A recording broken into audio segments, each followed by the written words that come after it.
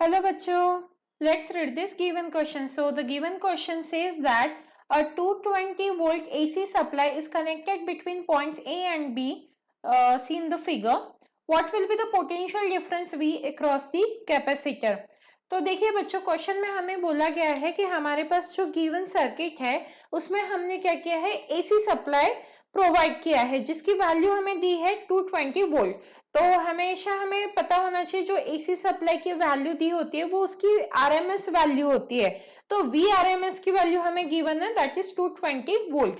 अब हमें बोला गया है कि जो कैपेसिटर कनेक्टेड है, आप सर्किट में देख सकते हो कि डायोड है, पहले यहाँ पे एसी सप्लाई दिया हुआ है, फिर ये डायोड है जो हमारा पीएन जंक्शन डायोड है, और उसके बाद हमारा कैपेसिटर कनेक्टेड है यहाँ पे।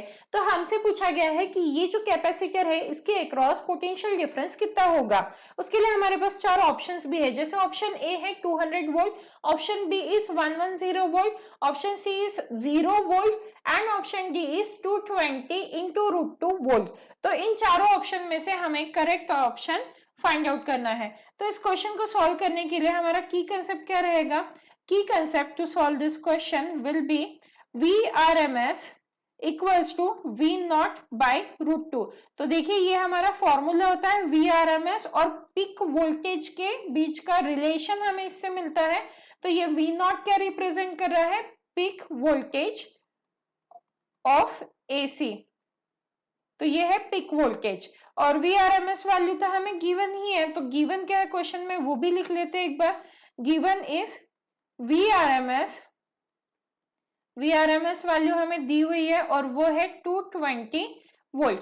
अब देखिए यहाँ पे फिगर को समझते हैं क्या हो रहा है क्वेश्चन में कि एसी सप्लाई तो है, एसी सप्लाई की आरएमएस वैल्यू हमें 220 वोल्ट भी दिया है, बट कैपेसिटर के पहले आप देख सकते हो पीएन जंक्शन डायोड भी है। और पीएन जंक्शन डायोड क्या करता है? सिर्फ पॉजिटिव हाफ साइकिल में वो कंडक्ट करता है, नेगेटिव हाफ साइकिल में वो काम ही नहीं करता है क्योंकि वो यूनिडायरेक्शनल होता है।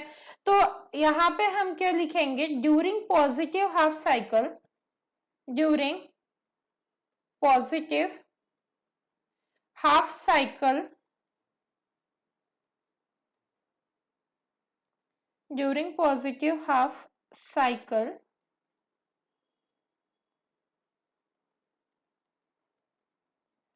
only pn junction conducts। तो ये जो हमारा पीएन जंक्शन डायोड है वो सिर्फ पॉजिटिव हाफ साइकिल के लिए कंडक्ट करेगा। तो क्या होगा, यहाँ पे जो कैपेसिटर पूरा चार्ज हो रहा है वो ड्यूरिंग कब हो रहा है? During positive half cycle only. तो यहाँ पे हम इससे क्या लिख सकते हैं? सो कैपेसिटर इज चार्ज,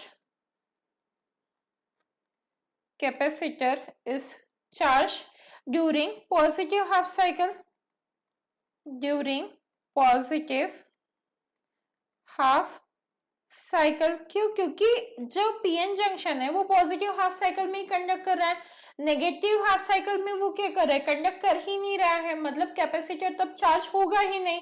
तो ये पूरा जो कैपेसिटर चार्ज हो रहा है वो सिर्फ पॉजिटिव हाफ साइकिल में ही चार्ज हो रहा है।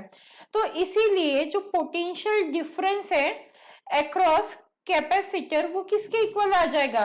So potential difference across capacitor किसके इक्वल आ जाएगा? हमारा peak value of AC, peak value of AC। और पीक वैल्यू ऑफ AC हम कैसे फाइंड आउट कर सकते हैं? VRMS और V नॉट के बीच के रिलेशन से। तो अब अगर हम इस इक्वेशन को रीराइट करें तो हमें क्या इक्वेशन मिलेगी? यहाँ से V not equals to √2 times VRMS मिल जाएगा। तो यहाँ पे पोटेंशियल डिफरेंस अक्रॉस कैपेसिटर किसके इक्वल हो जाएगा? VRMS into √2। अब VRMS की वैल्यू तो हमें क्वेश्चन में दी हुई है, दैट इज व्हाट? 220 इंटू √2। तो हमने फाइंड आउट कर लिया पोटेंशियल डिफरेंस अक्रॉस कैपेसिटर, और क्योंकि ये पोटेंशियल डिफरेंस है तो इसका यूनिट क्या आ जाएगा? V आ जाएगा। तो इसीलिए दिए हुए चार ऑप्शन में से हमारा कौन सा ऑप्शन करेक्ट है? Option D. Hence the final answer for the given question is option D, that is 220 into √2 volt. Hope you understood it well. Best of luck.